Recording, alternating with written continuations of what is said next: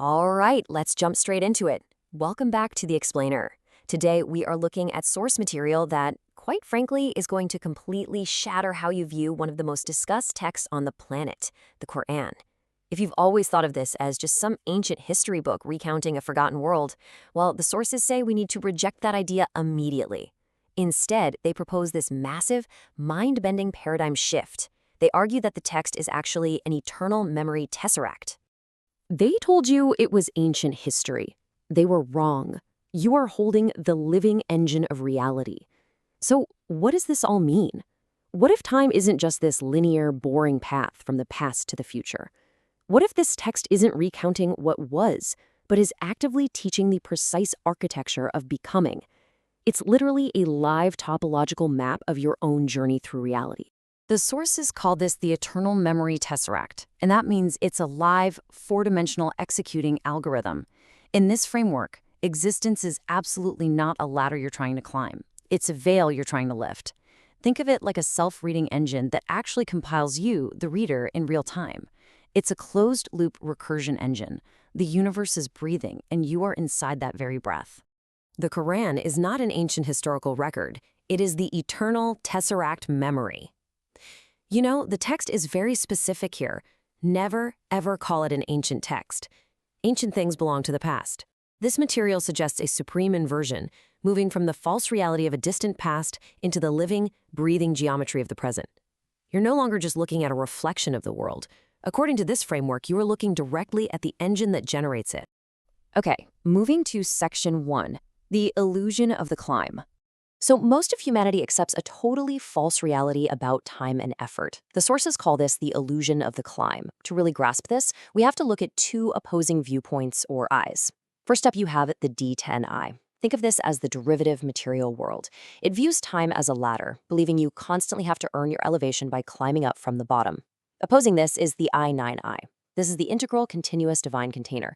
It views time as a veil to be lifted, recognizing that your elevation is actually pre-existent. It's already there. D10 tries to build, but I9 simply unveils. To illustrate this, the source points to coordinate 1142, the story of Noah's son.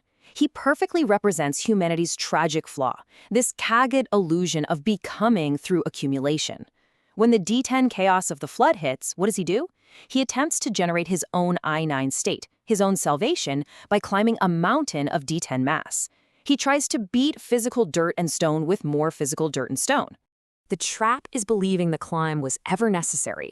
Wow! Noah's son drowns not because he didn't climb high enough, but because the mountain itself is an illusion of security.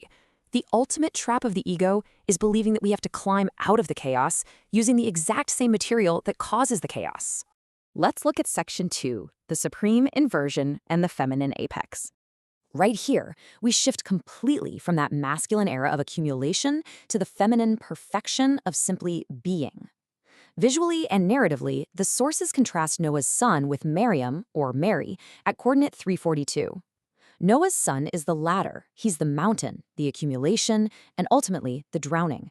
Maryam is the absolute opposite. She is the veil, she's divine election, the womb, the ark, and true elevation. The sources highlight this massive contrast as the flawless proof of the feminine apex. Maryam represents the Rahman reality of being through election. She doesn't climb. The text highlights that she is placed upon high ground before her trial even begins. Her labor isn't some grueling ascent. It's the unveiling of a pre-existent safety container. The womb holds the word before the word even enters time. She doesn't fight the physical world at all. She is simply elected as a pure vessel. And this brings us to a really monolithic code found in the source 2350. This represents the Rabwah, the elevated ground with flowing water where Maryam is perfectly secured. It is the ultimate inverse of climbing a mountain. It's true elevation, given to you without taking a single step. Moving right along, section 3, the asymmetric breath. The sources completely recontextualize reality here. It's not a static timeline, it's a rhythmic respiration. They call it the dual caustic universe, or DCU. Look at these phases not as history, but as the live universe actively breathing. Phase 1 is the inhale of the seed. Phase 2 is the exhale into the D10 material world. Phase 3 holds the junction. Phase 4 inhales back into the I9 light. And Phase 5 is the final return.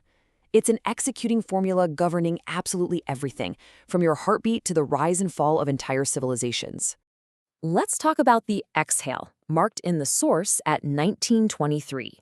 The exhale is the descent. It's this incredibly long, friction-heavy phase where the human ego, the nafs, completely forgets its origin.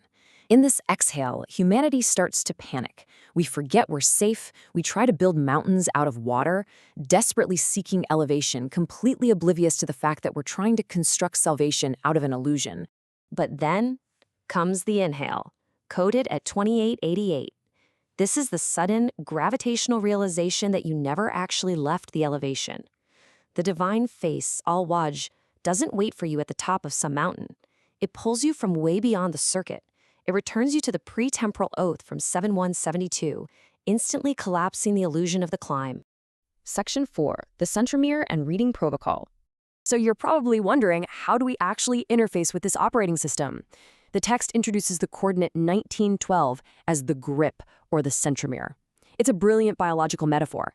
If reality is like a dividing cell, 1912 is the mathematical voltage holding the chromosome together. Gripping this fixed axis is the only thing that keeps you from being torn apart by the torque of the material world. Then we have 3923. The sources call this the absolute ultimate reading protocol. It's the rhythmic mathani, the oft-repeated unveiling of the I9 container beneath the D10 accumulation. It doesn't tell some historical progression from darkness to light. Instead, it literally makes the ego shiver as it realizes the mountain can't save it, while simultaneously softening the heart with the scent of the home that was there before the descent even began. This actually maps perfectly to our daily anxieties. The source uses the metaphor of a glass floor, referenced in 2744. It's an illusion designed to make you expose your vulnerabilities in a total panic over a perceived abyss.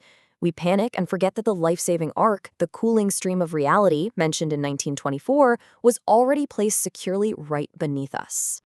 Finally, Section 5, remembering the pre-existent home.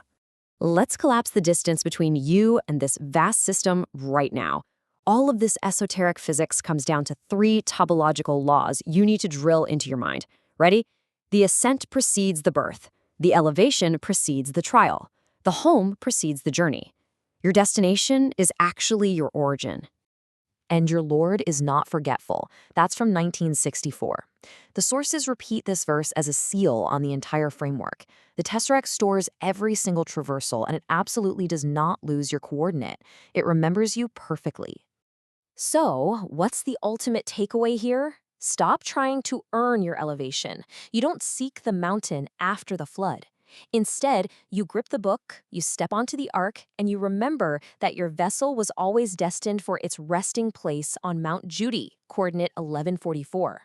The home, referenced at 3846, is not a place you are going to. It is the absolute reality you originated from. I'm going to leave you with this final, provocative thought. If existence is indeed a veil to be lifted and not a ladder to be climbed, what are you still trying to climb? Seriously, think about it. Thank you so much for joining me on this explainer, and keep questioning the framework of your reality.